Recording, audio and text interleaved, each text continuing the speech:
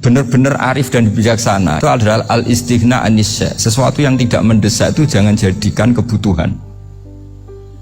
Sehingga kalau kita puasa misalnya, semua makanan itu enak karena kita sangat lapar. Sehingga Abul Qasim Al-Junaidi ketika ditanya, ma'idamu to'am, lauk makanan itu apa? Jawabannya lucu, alju, lapar. Kalau kamu lapar ya semuanya enak. Ini sudah mulai hilang.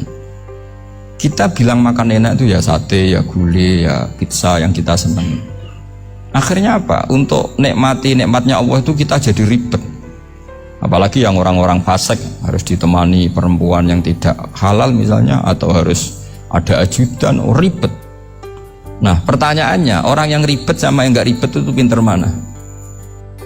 Pinter yang nggak ribet. Nah ini kearifan-kearifan yang mulai hilang. Lalu siapa yang bisa mewarisi itu? Ya ulama. Jadi ulama itu cara berpikir sebenarnya simple. Makanya mereka sering kalau tahajud itu, di antara makalah Sayyidina Ali paling terkenal dan yang menjadikan beliau punya derajat yang luar biasa itu adalah kafani izzan antakuna li robban wa kafani fakhran an akuna laka abdan. Ya Allah, saya ini sudah begitu mulia, begitu terhormat dan sangat-sangat terhormat karena yang menjadi Tuhan itu Engkau. Jadi rumus pertama itu karena menjadi Tuhan itu Engkau. Hanya Tuhan yang abadi, Tuhan yang pertama, hanya Tuhan yang al-awwal. Coba ya Allah, kalau saya ini punya Tuhan Fir'aun, punya Tuhan mati jadi tontonan lagi, itu kerennya di mana coba? Andai kan kita punya Tuhan Fir'aun, atau punya Tuhan yang asal-usulnya manusia, apapun hebatnya manusia itu, kita punya Tuhan manusia itu. Tuhan yang lapar, yang kalau nggak makan mungkin pingsan, mungkin bisa kena COVID, nanti Tuhannya diisolasi. Kayak apa? Makanya ketika Tuhan Allah menyindir ketuhanan selain Allah itu, Allah hanya menyindir dengan kalimat sederhana, karena yakulani to'am, yang kamu tuhankan itu masih makan. Hanya kalau nggak makan ya lemes. Jadi lama-lama ada orang gini, alhamdulillah tadi Tuhan mampir ke saya, kelihatannya lapar, setelah tak kasih makan sehat lagi. Susah nggak punya Tuhan yang seperti itu. Beda dengan Tuhan kita, Tuhan yang nggak butuh makan, nggak butuh minum, al-qayyum, zat yang berdiri sendiri tanpa butuh yang lain, al-awwal. Sebelum ada langit bumi sudah ada Tuhan kita, yaitu Allah. Bandingkan dengan Tuhan-Tuhan yang dipertuhan yang lain, yang adanya setelah bumi, misalnya Fir'aun dan sebagainya. Sehingga Sayyidina Ali pertama jadi kebanggaan apa? Kafani izzan antakuna li robban, saya ini keren betul karena punya Tuhan yaitu Engkau, Tuhan yang lahul asma'ul husna, Tuhan yang semuanya punya kebaikan, punya keabadian, punya keagungan. Terus wa kafani fakhron an akuna laka abdan, dan saya bangga sekali karena saya menjadi hambamu. Kalau saya jadi hambanya Pak Rektor ribet kan, sudah tak hormati ternyata nanti tidak rektor, ya kan ribet kan. Terus pokoknya ribet, jadi budaknya manusia itu ribet. Makanya ada seorang wali datang ke temannya yang jadi presiden atau jadi raja.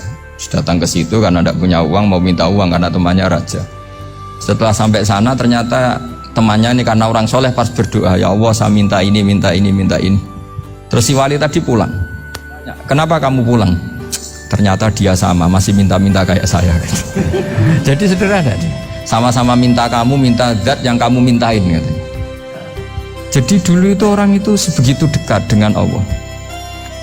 Sehingga si raja ini terus ketemu wali tadi, tanya, kenapa kamu menyepelekan saya padahal sekarang saya raja?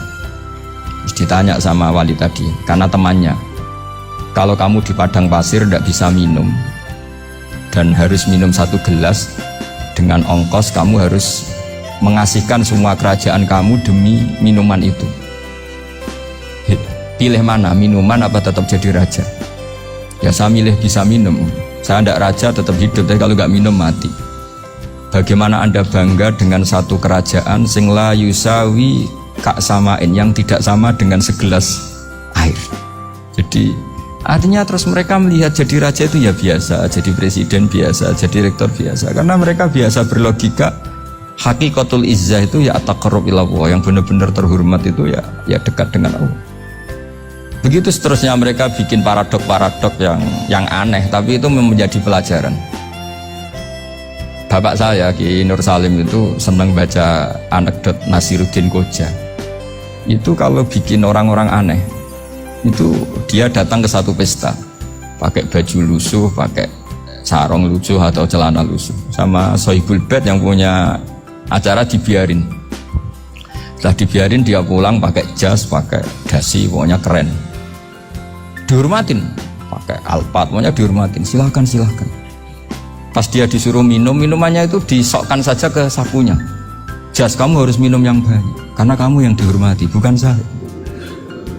Terus makanannya semuanya diletakkan di saku, ada yang apa, ayo kamu makan yang banyak. Alpatnya juga gitu, dikasih sate apa, ayo kamu makan yang banyak. Mereka tidak melihat saya, melihat kamu. Akhirnya orang satu pesta itu istighfar semua, berarti kita ini salah. Terus dia pidato, kenapa kamu ngomong gitu? Tadi saya datang, orangnya sama. Gara-gara beda pakaian, penghormatannya beda. Berarti yang berhak dapat makanan ini jasa ya, bukan saya. Betapa naifnya kita sebagai orang. Ternyata kita masih hormat sesuatu yang seperti itu, yang atribut. Jadi orang-orang sufi itu orang yang bisa menertawakan dunia. Akhirnya ya, pertama dia dianggap orang gila, masa jas dikasih makan, dikasih minum. Tapi secara fikih dia benar, haram dia makan. Karena pas dia datang dibiarin, setelah pakai jas dikasih makan. Berarti hakikat yang dapat rezeki siapa? Jasnya apa orangnya? Jasnya apa orangnya? Jasnya. Jadi itu orang-orang sufi, kearifan orang-orang dulu itu bisa ngelola hal-hal yang keseharian menjadi luar biasa.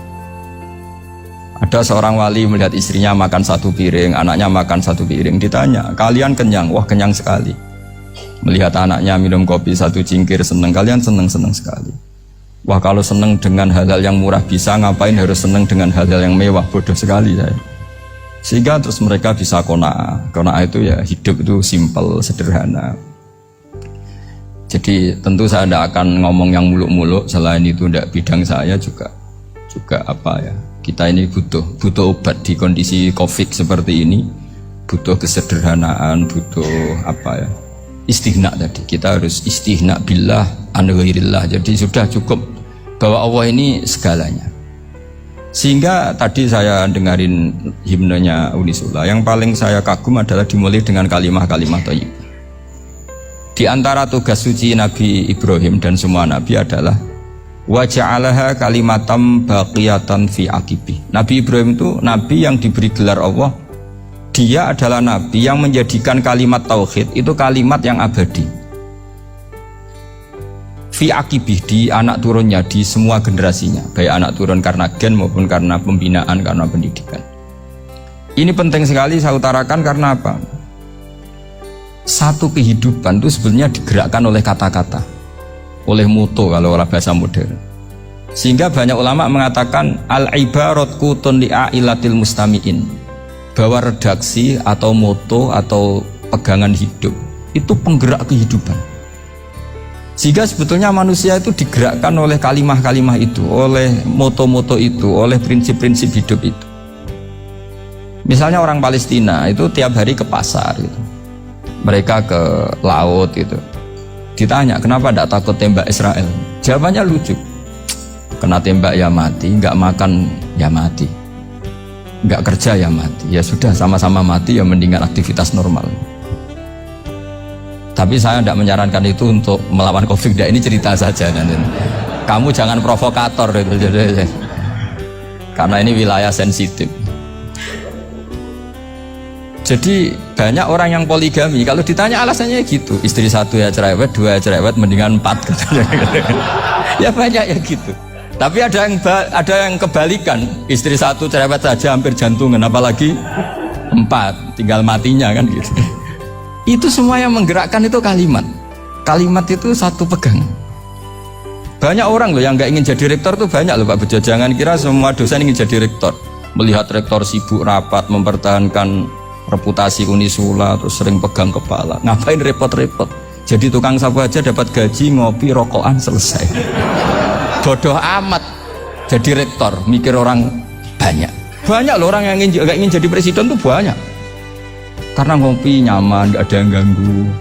Mau tidur sampai jam 9 siang juga gak ada yang ganggu. Sehingga mereka melihat pegawai negeri itu gak keren, orang kok diatur jam, disiplin. Itu memang cara Allah membagi rahmat. Mau kamu apakan coba? Cara syukurnya dia seperti itu. Bapak saya dulu tuh sering ngajarin saya, diajak jalan-jalan pagi-pagi. Melihat orang ngopi, makan uduk itu bapak seneng. Kok enak jadi wong awam. Ngene esuk-esuk nyemak bocah kesel kabeh kono enak ngopi rokokan. Bapak kadang iri sama orang awam itu iri. Sudah gitu berharap masuk surga kan enak sudah gitu. Tahu-tahu mati, tidak tahu ke surga apa ke neraka ya tidak tahu. Jadi nah, orang dulu itu orang yang bisa mensederhanakan dunia. Sehingga ya sudah cara bahagia. Makanya saya alhamdulillah saya ini kerjasama sama UII sama beberapa kampus. Memang amdan itu sengaja. Kampus itu ya punya sistem yang nggak bisa mewakili sistem kiai. Kiai juga punya sistem yang nggak terwakili oleh kampus, juga sebaliknya saling melengkapi. Saya sering ketemu rektor UII, rektor kampus-kampus Islam. Mereka cerita, Gus pendidikan pondok harusnya dimodernkan gini-gini. Saya bilang, kalau pondok modern kayak kampus itu nanti saya ketemu Allah tidak bisa jawab. Kenapa Gus? Saya beri contoh gini. Kalau misalnya perempuan perawan lah atau apa saja, pokoknya perempuan mau tanya tentang menstruasi atau haid. Kalau semuanya sistem kampus, dia harus kuliah dulu, registrasi dulu, kuliah dulu, bayar dulu, dan dapat jawabannya nunggu mata kuliah pas itu. Bandingkan kalau sistem pondok, saya tuh sering ke pasar sama anak saya dicegat sama ibu-ibu, Gus, anak saya ngalami gini-gini, keluar darah terus menerus, nggak 6 hari tapi 1 bulan penuh. Itu hukumnya apa Gus ya? Nanti saya mau sowan ke jenengan. Nggak usah sowan, di sini aja. Ya sudah, sebelum mengeluarkan darah yang rutin seperti itu biasanya haidnya berapa hari? 6 hari, ya sudah ikut yang 6 hari, yang lainnya istighatsah. Ngoten tok Gus, ya udah ya. Begitu terus di masalah udhiyah. Ya coba kalau semuanya pakai sistem kampus, daftar dulu, bayar dulu.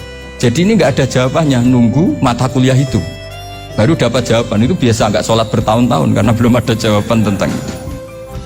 Nah itu kalau misalnya orang mati, tahunya cara apa memulasara jenazah itu nunggu kuliah dulu, pas mata pelajaran itu dulu, baru menangani orang mati. Berarti orang mati itu tergeledak semua. Tapi kalau kiai kan enggak. Kesini orang mati terbakar, kalau dimandiin malah badannya copot-copot, itu gimana hukumnya? Ini ada orang mati Gus Kendat, ini disolati apa enggak? Ada orang mati apa itu oplosan ya kan? Itu disolati enggak? So sering ditanya gitu. Gak usah registrasi Pak Rektor, gak usah registrasi, gak usah daftar, gak usah seminar. Makanya kalau orang kampus wani kiai itu ya kualat tenan itu, karena ini yang on time. Tapi pondok seperti saya ya ikrar seikrar-ikrarnya. Pentingnya kampus karena melatih efisiensi waktu, disiplin, tata kelola manajemen, sehingga kita ya hormat. Tapi tadi kita harus saling melengkapi, sehingga saya tunjukkan ke publik bahwa saya hormat sekali sama polisi, sama tentara. Coba kita bisa apa ngadepi bandar narkoba kalau enggak polisi? Bisa apa coba menjaga NKRI kalau enggak tentara?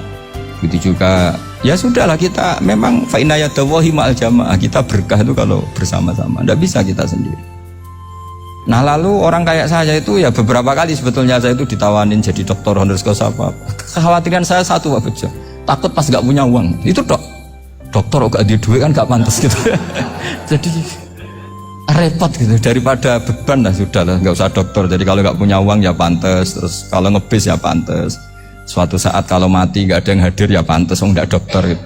Kalau sudah dokter kok masuk neraka, dokter kok masuk neraka, kayaknya apalagi rektor kampus Islam kok masuk neraka itu kan kok kayak agak pas itu. Misalnya rektor Unisiola ditanya mungkar nakir nggak bisa kan, kayak gimana gitu. Makanya harus sering ngaji saya supaya nggak malu di depan mungkar nakir. Masa rektor ditanya mungkar nakir nggak bisa, harus berani bentak, ini saya rektor loh Pak mungkar nakir. Masa kalau wali-wali dulu berani. Masyhur di cerita wali-wali ditanya marabbuka manabuka, saya ini guru tauhid, kok kamu tanya marabbuka manabuka, yang ngotok kamu tidak pernah ngaji, enak aja tanya. Jadi wali-wali itu ya rileks ngadepi mungkin. Saya yakin rileks wali di Bang Parik baru, saya yakin itu, karena wali itu lebih dekat Allah. Sehingga orang dulu itu, saya ulang lagi ya, ada satu kearifan namanya hidup itu apa? Hidup itu adalah cari sebanyak mungkin supaya hidup itu tidak tergantung pada banyak hal. Jika misalnya cara berpikir orang-orang modern itu sebenarnya banyak orang-orang ilmuwan yang nggak ngagumi Amerika, bukan karena angkuh, enggak. Untuk mempertahankan kebesaran negara sebesar itu, kebutuhan listriknya besar, kebutuhan tentaranya besar, kebutuhan apa. Sementara negara kayak Venezuela atau Swiss kebutuhannya ada banyak. Pertanyaannya, yang tergantung dengan banyak hal sama yang tidak tergantung banyak hal, itu pinter mana? Kalau dibalik pertanyaannya gitu, negara-negara maju itu tidak keren kalau dibalik pertanyaannya. Orang yang untuk mempertahankan eksistensinya banyak, butuh banyak hal, dengan yang tidak butuh banyak hal, itu pinter mana?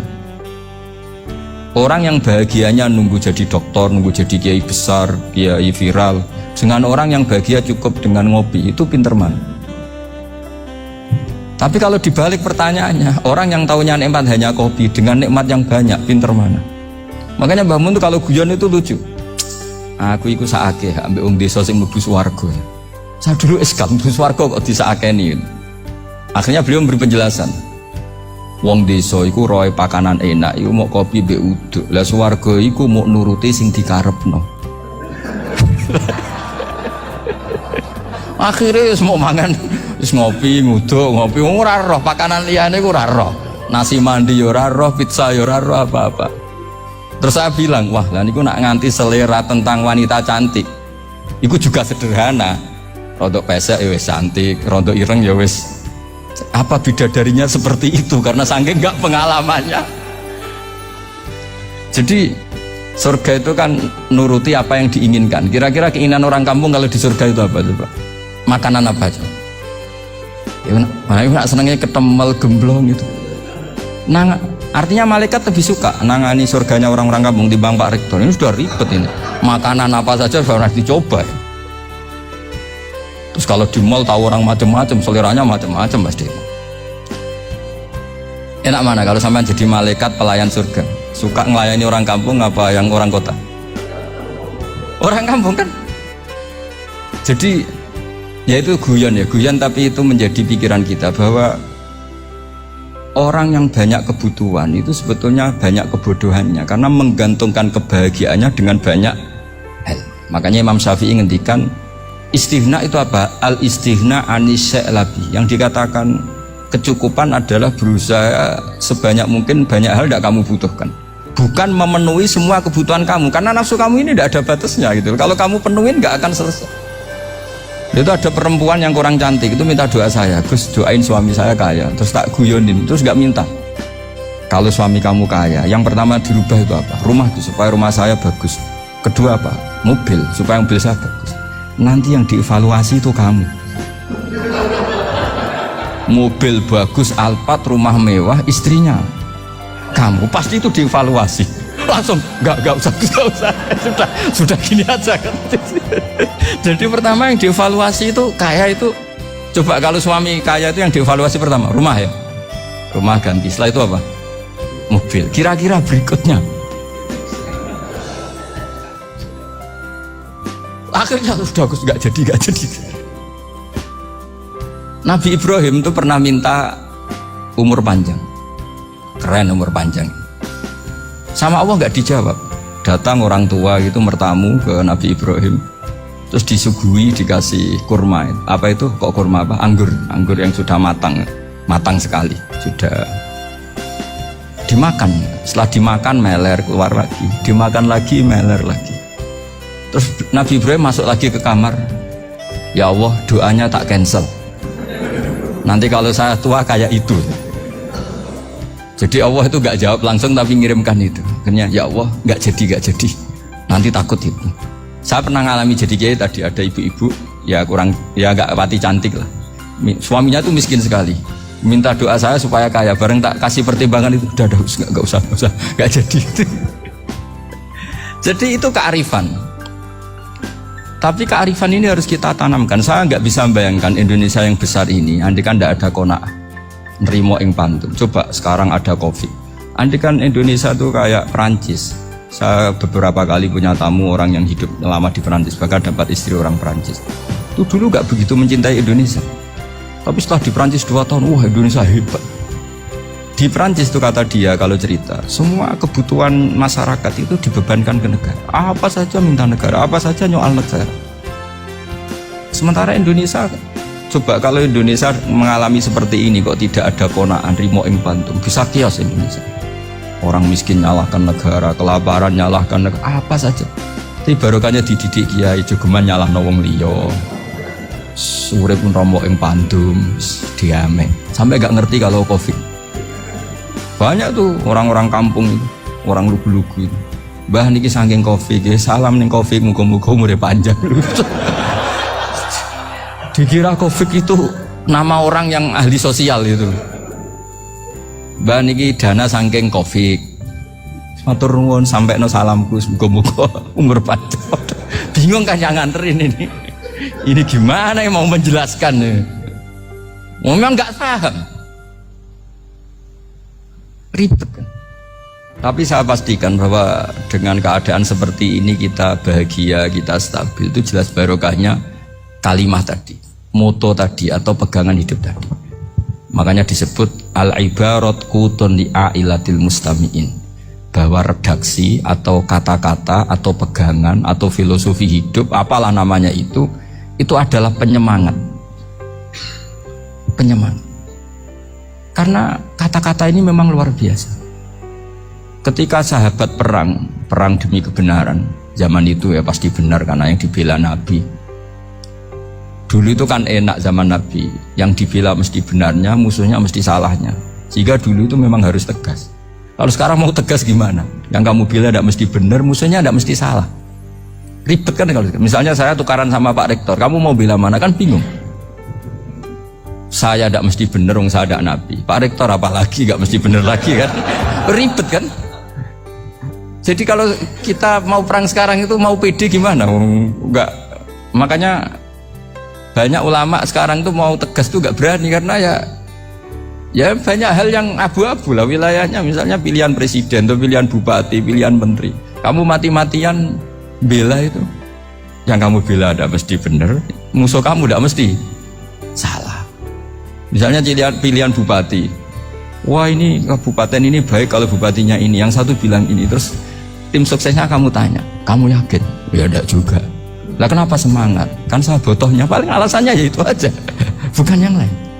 Beda dengan zaman Nabi, nabinya mesti benar, Abu Jahalnya mesti salah, kan enak aturan mainnya jelas. Singkat cerita dalam perang itu banyak sahabat yang ngalami luka, ngalami apa gitu. Kemudian curhat ke Nabi, ya Nabi gara-gara derekkan jenengan, ngikuti jenengan saya harus ngalami seperti ini. Ngiranya orang itu diapresiasi sama Allah keluarnya, ternyata sama Allah nggak diapresiasi, malah diturunkan ayat intakunu ta'lamuna fa innahum ya'lamuna kama ta'lamun wa tarjuna minallah malah yarju. Kalau kamu sakit karena perang, orang-orang kafir itu ya sakit, itu saja berani padahal demi kekafiran. Wa tarjuna minallah malah yarjun, padahal kamu punya nilai lebih yaitu berharap kepada Allah yang mereka tidak punya. Saya jadi kiai itu ya kadang mangkel. Karena yang benci ya benci, yang seneng itu ngel-ngel loh kayak Pak Bejo. Jadi semuanya ribet. Lah iya, yang benci ya ganggu, yang seneng ya ganggu, tambah nemen. Seribet. Tapi kalau sudah ingat bandar narkoba, mereka berhadapan dengan polisi, kadang ditembak karena kesalahannya terlalu fatal. Antar persaingan mereka juga bisa tembak-tembakan karena merebut pasar narkoba. Itu saja mereka berani. Kok kita yang jadi kiai kadang dicium tangannya, dihormati gak berani, hanya takut apa ya, musibah-musibah kecil lah, atau problem-problem kecil. Nah iya, kalau kita bandingannya gitu, kalau kamu mau tahajud kedinginan, itu masih nanti dihisab Allah itu gitu. Maling ayam itu keluar malam-malam hanya dapat ayam, itu gak takut dingin, ya gak takut digebuki masa. Kamu mau tahajud saja takut dingin. Makanya nanti hisabnya orang soleh itu nanti dijajarkan orang dolim, terus diperbandingkan. Wah itu habis kamu kalau itu. Jadi misalnya Unisola mau rapat, tapi ini malam, kalau malam dingin nanti sama masuk angin. Wah anak-anak pang di perapatan aja berani kamu. Kalau sudah perbandingannya gitu tuh ribet kita nanti. Makanya itu kalimat itu moto atau filosofi hidup. Sehingga diulang lagi nasihat itu. Iyam saskum korhun faqad masal qoma korhum mislu. Kalau kamu kena luka, orang-orang yang nggak benar juga akan kena luka. Itu aja berani demi ketidakbenaran. Masa kamu demi kebenaran nggak berani? Akhirnya orang itu, ya itu kalimat, itu heroik. Makanya kita ini penting ya, makanya tadi himne Unisula dimulai kalimat thayyibah. Karena kalimat ini yang menjaga kita kalimat ini. Misalnya tentang Tuhan. Kenapa orang Islam imannya kokoh seperti ini, termasuk yang sudah hidup di Amerika, di Australia, di mana-mana. Itu ya barokahnya ajaran atau barokahnya kalimah. Saya sebut kalimah saya pakai bahasa santri. Karena la ilaha illallah itu dalam tradisi santri disebut kalimatu haqqin alaiha nahya wa alaiha namut wa alaiha nub'ats. Ada yang riwayat wa biha nub'ats insyaallah taala minal aminin.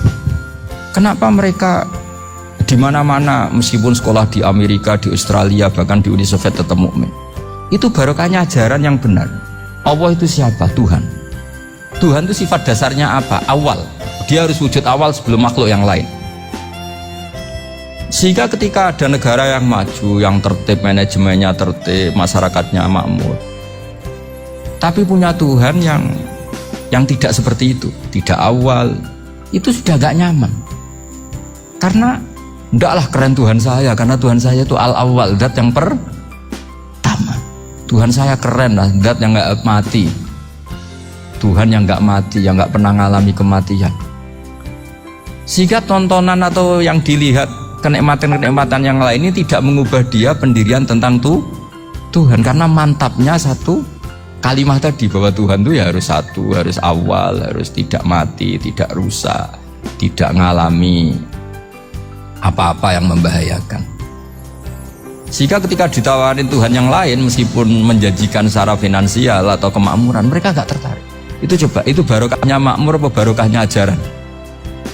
Barokahnya ajaran. Sering negara Islam itu kalah makmur dengan mereka, tapi barokahnya ajaran ini tetap apa?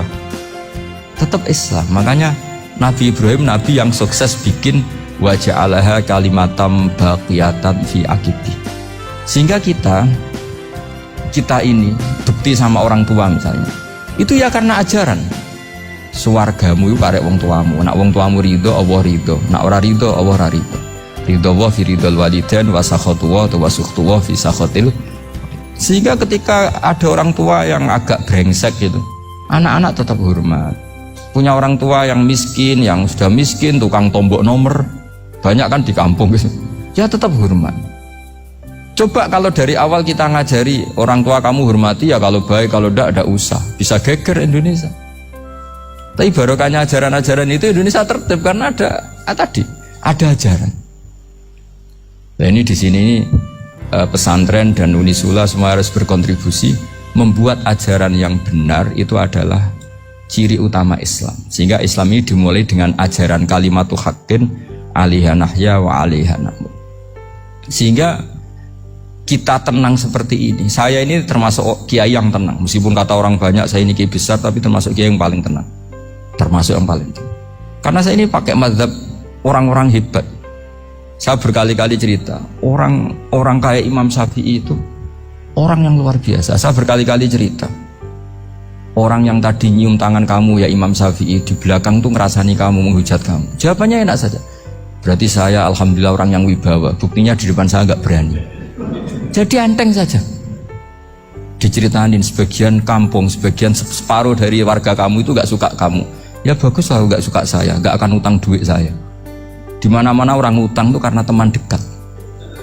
Kalau nggak seneng pasti minimal nggak utang, nggak pinjam mobil, nggak pinjam apa. Berkah mana yang seneng sama yang gede? Jadi dianggap enteng saja. Semua yang dialamin dianggap enteng saja. Misalnya punya istri pemarah, ya baguslah marahin suami. Kalau marahin tonggo malah ribet. Jadi kamu harus terima kasih kalau dimarahin istri. Baguslah marahin saya mah, kalau marahin tonggo ribet. Jadi enteng saja. Tapi kita sekarang tuh karena nafsu ya, sehingga menghadapi hidup ini ribet. Ulama dulu kalau mau mati itu senangnya bukan main. Sudah lama saya ini ingin gak maksiat. Kayaknya gak maksiat paling efektif itu mati. Ya tidak apa-apa Gusti, kalau sebaiknya mati ya mati aja. Enteng saja. Jadi melihat kematian itu akhir dari segala keburukan atau potensi keburukan. Apapun baik kita sekarang, suatu saat mungkin kita nggak baik. Yang bisa menghentikan ketidakbaikan atau potensi ketidakbaikan itu apa coba? Mati kan? Berarti mati itu mengerikan apa menyenangkan? Mesti kamu tidak berani menjawab. Meskipun secara ilmu kamu berani, tapi secara rasa agak berani kan? Saya ulang lagi ya, yang bisa menghentikan keburukan atau potensi keburukan itu apa coba? Apa? Kematian. Berarti kematian itu menyenangkan atau menyusahkan? Apapun kamu tidak berani jawab karena kamu agak-agak duniawi itu kelihatannya. Tapi secara ilmu, kamu tahu kan kalau mati itu tidak buruk-buruk banget. Karena apa? Itu akhir dari segala keburukan.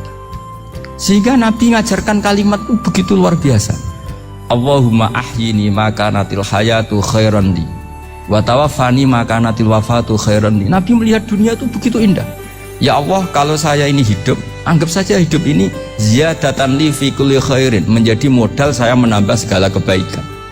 Jika suatu saat saya mati, anggap mawon rohatan li min kulli syarrin, itu akhir dari segala keburukan saya. Sehingga mati hidup ya baik karena di situ kita bisa berkontribusi beramal soleh.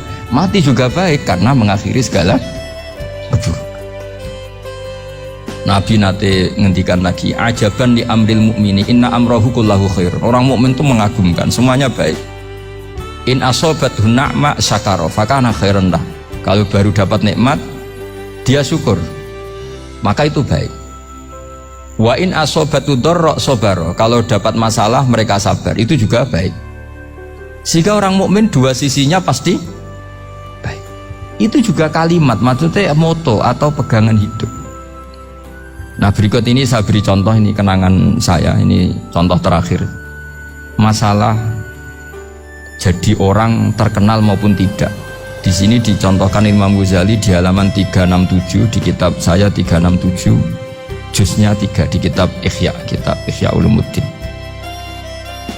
Di sini beliau cerita betapa untuk menjaga ikhlas sebaiknya orang itu tidak terkenal, tidak syuhrah, tidak terkenal. Oke, itu kita sepakat ya, karena kalau terkenal mungkin orang dipaksa publik dengan tanda kutip untuk selalu berbuat baik, tapi karena jaim lah, jaga image atau apa. Tapi ketika dibalik pertanyaannya, kamu rela yang terkenal itu orang nggak benar, sementara yang orang benar itu nggak terkenal. Lalu masyarakat taunya yang tidak benar. Kalau pertanyaannya dibalik gitu, orang baik wajib terkenal enggak? Kalau pertanyaannya dibalik seperti itu, dokter yang benar tidak terkenal, yang malpraktek terkenal. Kamu ingin kondisi seperti itu? Nggak ingin kan? Kampus yang bagus nggak terkenal, yang kampus yang bagus nggak terkenal, yang nggak bagus. Nah, artinya apa? Gara-gara olah kata, olah pikiran, ini logika jadi rubah. Lagi-lagi apa? Jawaban itu ada di kata-kata sebetulnya. Makanya bab-bab seperti ini tidak usahlah kita berdebat, berpolemik. Sebaiknya orang itu humul, menutup diri, apa sebaiknya orang terkenal, itu nggak perlu seperti itu. Sudah terserah Tuhan saja. Makanya saya mulai dulu ngaji sampai sekarang itu ya tidak punya punya ikon tertentu atau punya website tertentu, enggak. Sudah terserah pangeran. Saya juga tidak sok suci materialistik atau enggak, ya tidak mikir saya. Bukan apa-apa ya, karena saya ini kiai, jadi biasa urusannya sama Allah, tidak sama makhluk. Jadi pusing kalau sama sarah-sarahnya makhluk itu pusing. Meskipun rektor kalau nasihati saya pasti tidak saya terima, itu tetap makhluk, itu sudah ada ngefek kalau saya itu sudah ada itu. Bukan karena saya sombong, ya memang makhluk betul gitu, bukan cuma nasibnya bejo aja, tapi makhluk tetap makhluk. Saya beri contoh ya, ini makalah yang ditulis Imam Ghazali ya, i'lam aslahakawah anna aslal jah wa intisarus sayyid atau sayyidi wal istihar bahwa mazmumit balil mahmudu al-khumulu illa man syaharahu wa ta'ala linasri dini min ghairi takallufi tolabi syuhrati minhu. Jadi kalau kamu ingin ibadah kamu selamat, ya kamu jangan terkenal. Tapi resikonya adalah kalau kebaikan itu tidak terkenal, maka agak dikenali. Kalau agak dikenali berarti masyarakat hanya punya percontohan yang tidak baik, karena yang baik tidak terkenal. Jadi itulah ulama-ulama dulu. Jadi apa-apa itu dibanding-bandingkan. Kemudian nanti kelihatan, jawabannya itu kelihatan. Jadi ulama dulu itu biasa ngarang misalnya afatun nikah, sisi negatifnya nikah. Harus ngurmat istri, harus macam-macam, kalau terlantar itu ya dosa. Seperti tadi Pak Marsudi cerita, kalau orang ngapalkan Quran itu takut lupa, kalau lupa itu jadi dosa. Pertanyaannya, kalau semua orang takut lupa, takut dosa, semua orang nggak hafal Quran karena potongan-potongan lupa. Cara berpikir tidak seperti itu. Kalau berpikir ya namanya hafalan ya inginnya hafal, kan nggak ingin lupa. Nah nanti kalau takdirnya lupa karena hal-hal yang dimaklumi oleh syariat itu nggak yang termasuk dosa. Yang dosa itu lupa takliwiri udhrin syar'iyyin, lupa yang tidak ada sebab yang apa?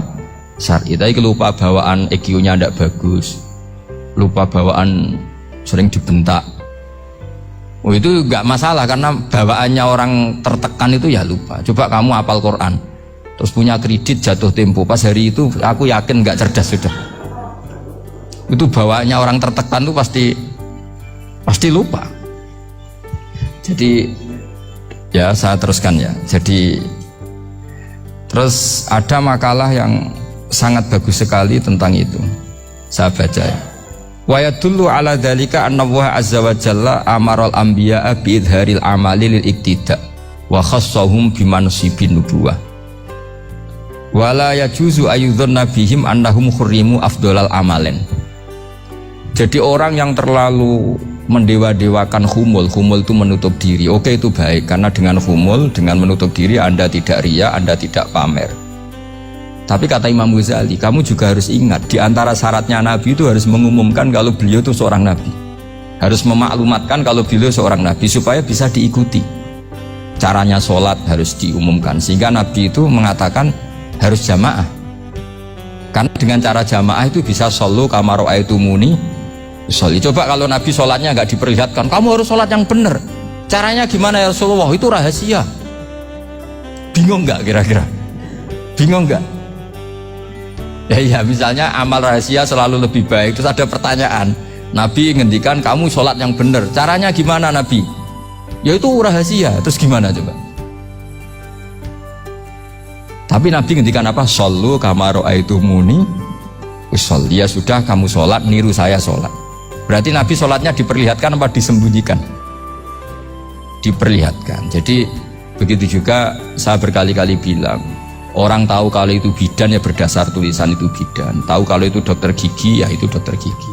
Jangan sampai gara-gara tidak ada tulisan mau beli alat bangunan di dokter gigi, mau periksa gigi di toko bangunan. Gara-gara apa? Nggak ada maklumat. Ya, di sini ulama-ulama selalu memaklumatkan dirinya. Termasuk Imam Ghazali ketika ngarang kitab dinamai Ihya Ulumuddin, bahwa kitab ini bisa menghidupkan ilmu-ilmu agama yang mulai hilang. Begitu seterusnya. Jadi ini ngaji ya, jadi orang itu harus ngerti ya, jadi jangan nuruti emosi sendiri atau logika sendiri bahwa saya suka humul, ya monggo, agama Islam menyediakan sarana itu. Uzlah itu ya punya sisi kebaikannya sendiri, tapi syuhrah terkenal asal tidak nuruti nafsu juga punya sisi kebaikannya sendiri. Setidaknya umat ini punya satu master kebaikan yang mudah diakses.